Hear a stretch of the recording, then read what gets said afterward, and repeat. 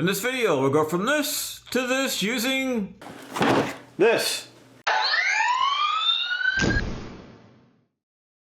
Okay, so I live in an area with a bunch of trees and it's hilly here. So my antenna options have not worked out so well for me.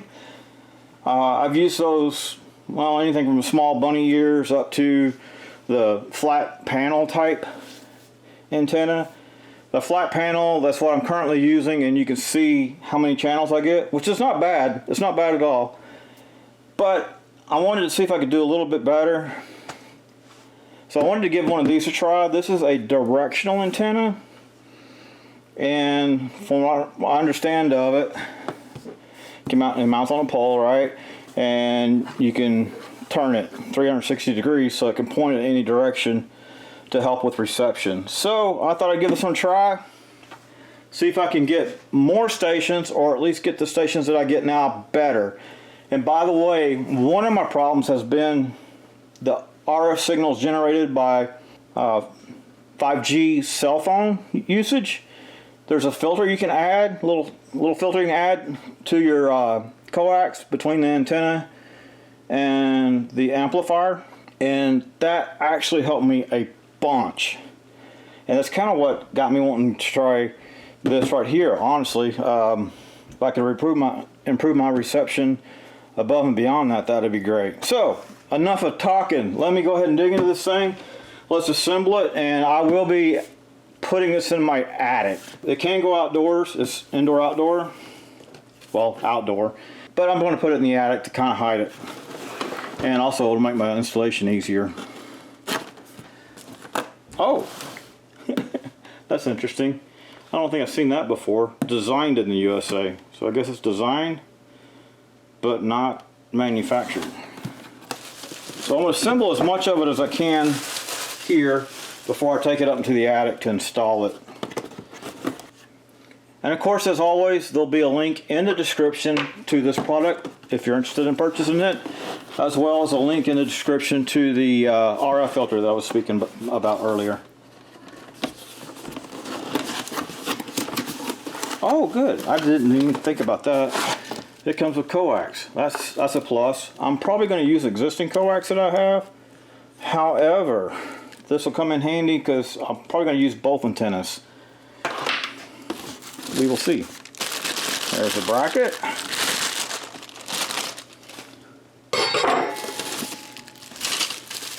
Hardware pieces. Some assembly required, of course.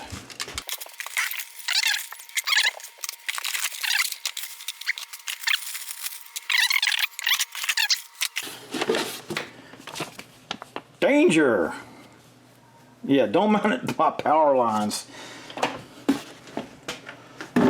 Oh yeah, that's actually another reason why I'm mounting it in the attic. So I don't really want it above the roof for lightning issues. I have had lightning hit around the house here. Alright, well, I guess I probably should take a look at the instructions, so I'm going to pause it for just a minute. Okay, so the first thing I'm going to do is, I guess, install all these little pieces onto the little rack assembly.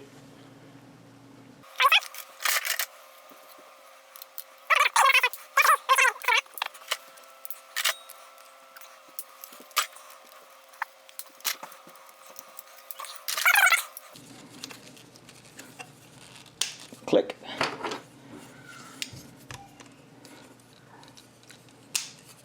There we go. Next up, take the main unit, swing out the arms, and then we'll just push that in.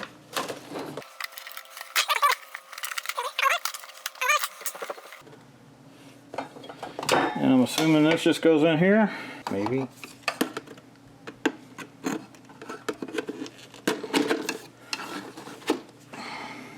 Oh, okay, there's where the hole is. Make sure, I don't know if you can see down there, but make sure that's aligned before you try to put that screw in. Okay, so I found the wing screw. Use this right here. Just screw that in.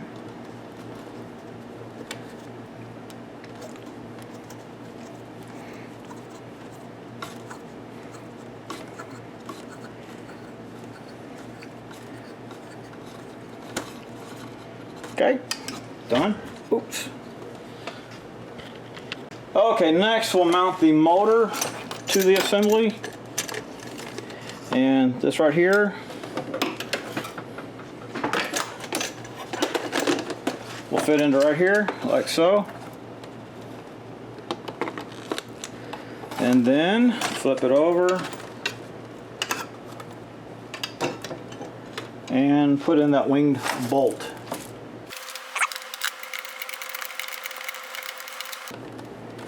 There we go. And next we'll mount it to the pole.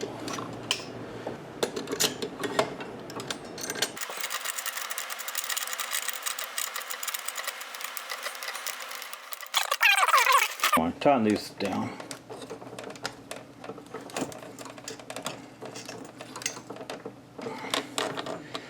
Okay, next I am going to just connect this up real quick and ensure the motor and stuff works.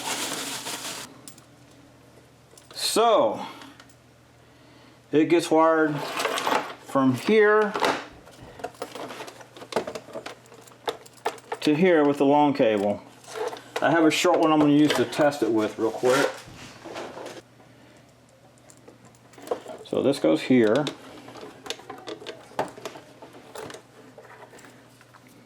Yeah, just push that up out of the way. There we go. So that's going to get wired there. Okay.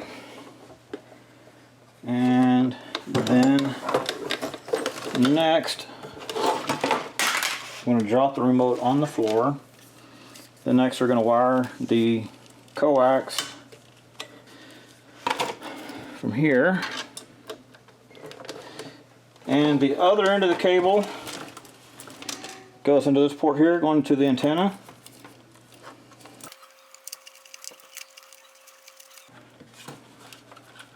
Goes to this port here, going to the antenna. And I'm going to go ahead and test, kind of do a bench test here real quick. Let's see if this turns. So push this button here. There we go.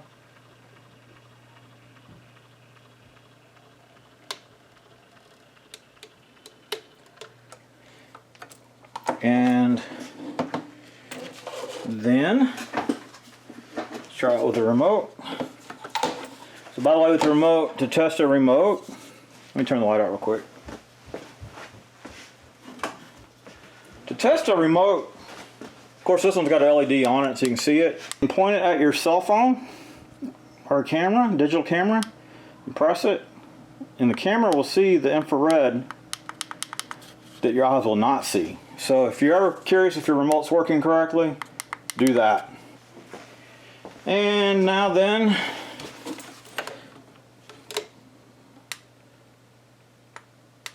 oh, turn it on.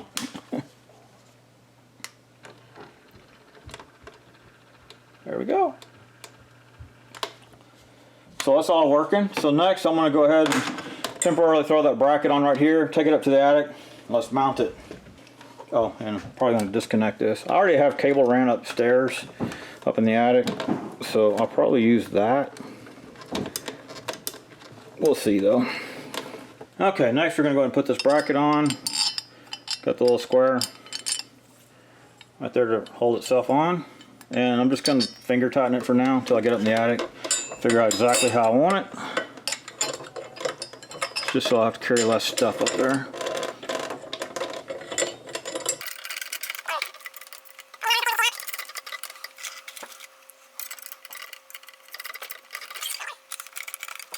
Okay. Guess you can put that in the bottom of the pole. I have to go ahead and do that, right?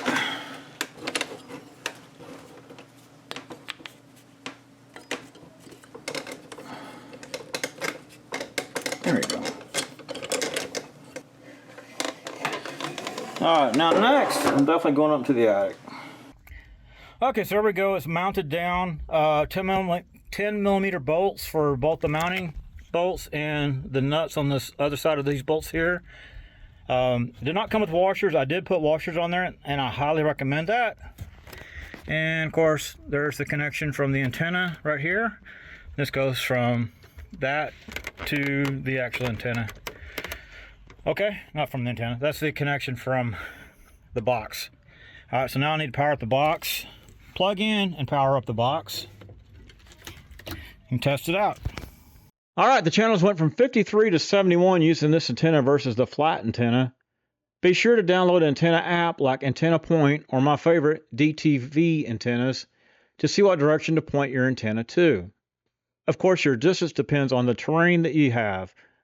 I am getting good signal up to about 40 miles with this antenna. Okay, so I've got this all connected up. I've got power connected. Whenever you're moving the antenna, you have to, of course, have it powered on, but don't leave it powered on if you're not rotating the antenna around. Just go ahead and power it off when it's not in use. And I've connected connected antenna 1 and antenna 2. I actually have this routed down to my TV down in the basement as well. And it works great. I was kind of surprised at how well it did with the signal kind of split here. I do not have an RF filter on the one going downstairs.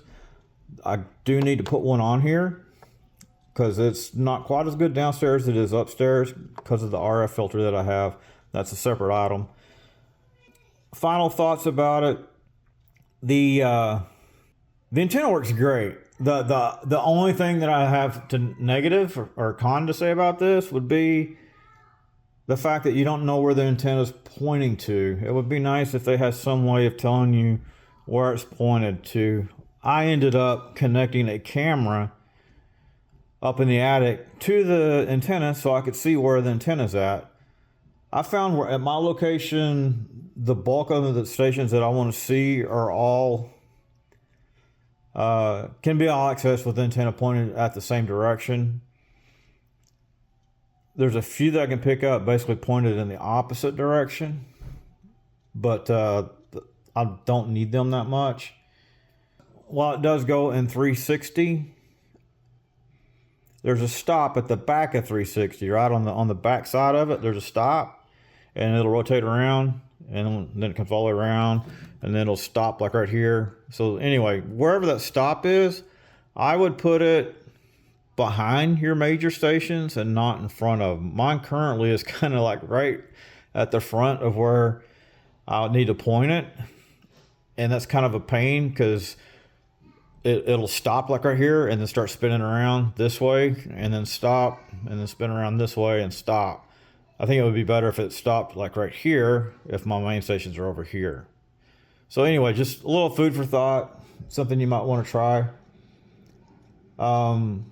It's kind of awkward because of the way it rotates. It'd be nice if you had like a little dial and you could just point it north, northwest, south, whatever. But it doesn't. It just has a little, well, a button that just starts rotating it. However, it does work well. I think the camera hack works pretty good, so I know where it's pointing to. That gives me a general idea of where to point it, and then I can use my signal strength on the TV to figure all that out. So anyway, I like the antenna for the price point. It works great. I would highly recommend purchasing an inline filter to go with that too. That will actually help improve your overall signal.